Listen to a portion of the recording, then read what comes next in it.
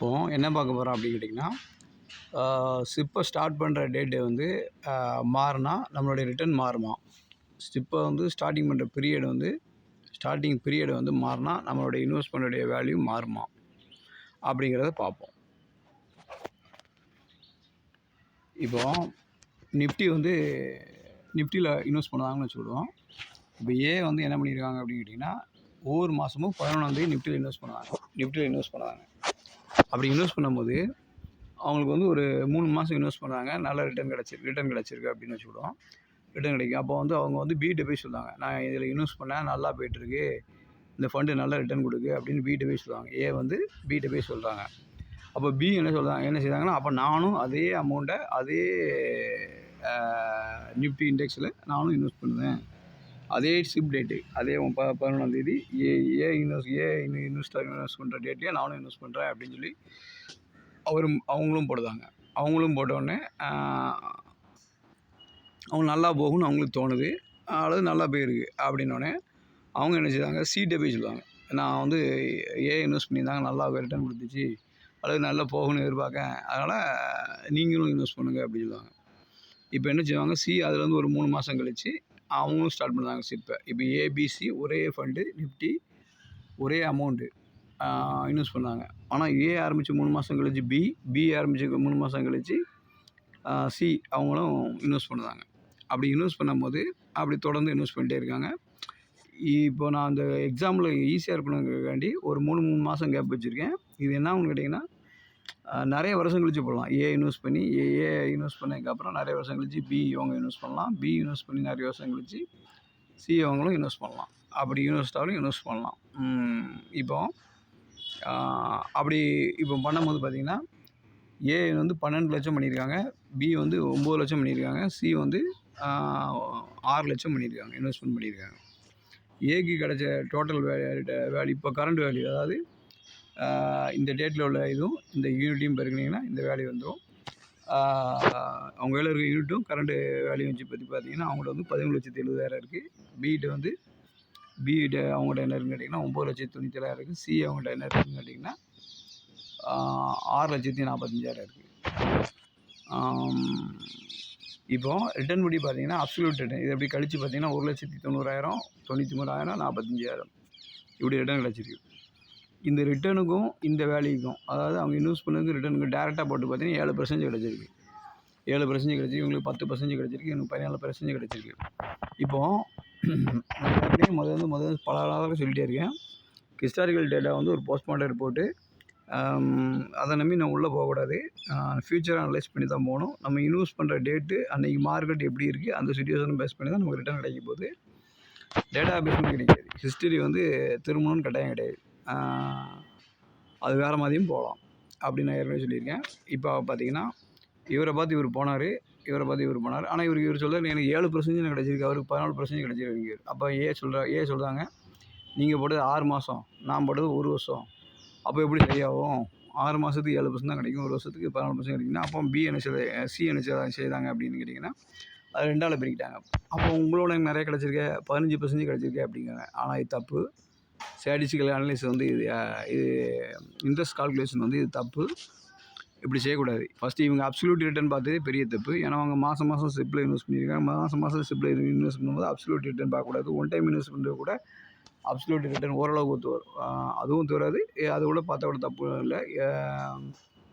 இது வந்து மாதம் போட்டுட்டு அதுக்கு டேரெக்டாக நீங்கள் வந்து இப்படி கண்டுபிடிச்சிங்கன்னா இது டிவைட் பை இது 100 போட்டிங்கன்னா இது கிடைக்கிற தப்பு. அதை 2ஆல் பெருக்கிறது அதோட பெரிய தப்பு. அப்போ இந்த டேட்டா வந்து அனலைஸ் பண்ணது தப்பு. உங்களுக்கு இன்வெஸ்டர்ஸ் அனலைஸ் பண்ண தெரியலன்னா நல்லா படித்த விவரம் தெரிஞ்ச IFI mutual funds distributor, independent financial advisor, நீங்கள் போய் கேட்கலாம். அப்போ நிறைய பேர் இந்த மாதிரி இப்படி கொண்டு வந்து காட்டுதாங்க, சார் 7% கிடச்சிருக்கு, நான் 2ஆல் பெருக்கினா 15% கிடச்சிருக்கு அப்படி சொல்லுவாங்க. நான் சொல்லுறதுனால தான் அப்படி திரும்பி சொல்ல வேண்டியிருக்கேன். இது மாதிரி நிறைய பேர் வந்து டேட்டா அனலைஸ் பண்ண தெரியாமல் வந்து இப்போ கேட்குறாங்க. ஒரு டேட்டா அனலைஸ் பண்ணுறதுக்கு ஃபஸ்ட்டு மியூச்சுவல் ஃபண்ட்ஸ்னா என்ன, ஷேர் மார்க்கெட்னா என்ன, அது என்ஏவினா என்ன, அது மாதிரி நிறைய படிக்க வேண்டியது. அதுக்கப்புறம் உங்களுக்கு மேத்தமெட்டிக்ஸ் தெரியணும், மேத்தமெட்டிக் கால்குலேஷன் தெரியணும், அதுக்கப்புறம் வந்து ஸ்டாட்டிஸ்டிக்ஸ் தெரியணும்.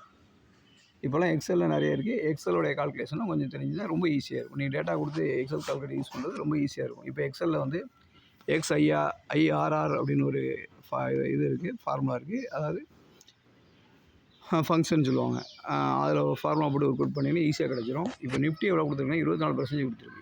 இவங்க என்ன இப்போ ஏன் என்ன சொல்லியிருப்பாங்கன்னா எனக்கு 14% கிடச்சிருக்காங்க. உண்மையிலேயே 14 கிடைக்கல. இது வந்து ஒன் டைம் இன்வெஸ்ட்மெண்ட்னா 24% கிடச்சிருக்கு. அதாவது ஒரு ஃபைனான்சியல் இயருக்குள்ளே அப்படின்னு பார்த்தீங்கன்னா 24% ரிட்டர்ன் கூட்டியிருக்கு. 20,000 இருந்த நிஃப்டி வந்து 24,800 சம்திங் ரூபா ஆகிட்டு. அப்போ 24% ரிட்டர்ன் கொடுத்துருக்கு. ஆனால் வந்து என்ன செய்வாங்க, கால்குலேஷன் பண்ண தெரியாமல் எனக்கு 14% கிடைக்குன்னு சொல்லுவாங்க. அவங்க மாதம் சிப்பு போட்டிருக்காங்க. கடைசியாக போட்டது வந்து 1 மாதம் தான் போட்டிருக்காங்க. போட்டது 12 மாதத்துக்கு வட்டி கால்குலேஷன் பண்ணணும். கடைசியில் போட்டது 1 மாதம் வட்டி கால்குலேட் பண்ணணும். அப்படி நீங்கள் கால்குலேட் பண்ணி பார்த்தீங்கன்னா ஏக்கு வந்து நிஃப்டியோட அதிகமான ரிட்டர்ன் தான் கிடச்சிருக்கு. அதாவது ஃபண்டோட அதிகமான ரிட்டர்ன் கிடச்சிருக்கு. எவ்வளோ கிடச்சிருக்கு? 27.89% கிடச்சிருக்கு. ஆனால் பிக்கு வந்து பார்த்தீங்கன்னா மிஸ்டர் பிக்கு என்ன கிடச்சிருக்கு அப்படின்னு பார்த்தீங்கன்னா 27.24% கிடச்சிருக்கு. நிஃப்டியோட நல்லா கிடச்சிருக்கு. ஆனால் ஏயோட கம்மியாக கிடச்சிருக்கு. இப்போ இது குறைய தெரிஞ்சு 7% சொல்லி அவங்களுக்கு மிஸ்டர் சிக்கு வந்து குறைய தெரிஞ்சு. ஆனால் உண்மையிலே பார்த்தீங்கன்னா அவங்களுக்கு 29.40% ரிட்டர்ன் கிடச்சிருக்கு. அப்போ உண்மையிலேயே அதிகமாக ரிட்டர்ன் யார் கிடச்சிருக்குன்னா சிக்கு தான் கிடச்சிருக்கு. நீங்கள் தப்பாக கால்குலேஷன் பண்ணிங்கன்னா ஒரு இன்வெஸ்டருக்கு கால்குலேஷன் பண்ண தெரியலன்னா இது என்ன ஆகும்னா தப்பாயிரும். அது இன்வெஸ்டராக இருந்தாலும் சரி யாராக இருந்தாலும் தப்பான கால்குலேஷன் போட தப்பான ஆன்சர் தான் கிடைக்கும். அப்போ சிக்கு வந்து 29% கிடச்சிருக்கு. மிஸ்டர் பிக்கு வந்து 27% கிடச்சிருக்கு. ஏக்கு வந்து 27.89% கிடைக்கும். இந்த டேட்டா வந்து உங்களுக்கு ஒரு அருமையான பாயிண்ட் கிடைக்கி. லாங் டேர்மில் அதிகம் பர்சன்டேஜ் கிடைக்குன்னு சொல்கிறது தப்பு. ஷார்ட் டைமில் குறைய பர்சன்டேஜ் கிடைக்குன்னு சொல்கிறது தப்பு. இங்கே ஷார்ட் டைமில் குறைய பர்சன்டேஜ் கிடைக்கி, லாங் டைமில் குறைய கிடச்சிருக்கு. ஷார்ட் டைமை கம்பேர் பண்ண லாங் டைமில் குறைய தான் கிடச்சிருக்கு. அடுத்தது வந்து மிட் டேர்மில் போடும்போது ரொம்ப குறைய கிடச்சிருக்கு. அப்போ நீங்கள் எப்போ இன்வெஸ்ட்மெண்ட்டை ஸ்டார்ட் பண்ணீங்க, உங்கள் சிப்பை ஸ்டார்ட் பண்ண டேட் தான் பீரியட் தான் முக்கியம். ஒருத்தவங்க வந்து 5 வருஷமாக சிப்பு போட்டிருப்பாங்க, ஒருத்தர் 3 வருஷமாக போட்டிருப்பாங்க, ஒருத்தர் 10 வருஷமாக போட்டுருப்பாங்க, ஒருத்தர் 2 வருஷமாக போட்டுருப்பாங்க. அப்படி பார்க்கும்போது அந்த மார்க்கெட் என்ன கொடுக்கோ அதை பேஸ் பண்ணி தான் ரிட்டர்ன் கிடைக்கும். இந்த கணக்கில் கொஞ்சமாக ஃப்ராக்ஷன் கிடைக்கி. இப்போ நான் 1 வருஷத்துக்கு இவ்வளோ ஃப்ராக்ஷனில் வித்தியாசம் வந்துச்சுன்னா நீங்கள் 10 வருஷம் 20 வருஷம் போகும்போது இதோட அதிகமாக வித்தியாசம் வர்றதுக்கு வாய்ப்பு இருக்குது. இப்போ பார்த்திங்கன்னா இவங்க வந்து செப்டம்பர் 11 ஆரம்பித்தாங்க. இவங்க வந்து பார்த்திங்கன்னா டிசம்பர் 11 ஆரம்பித்தாங்க.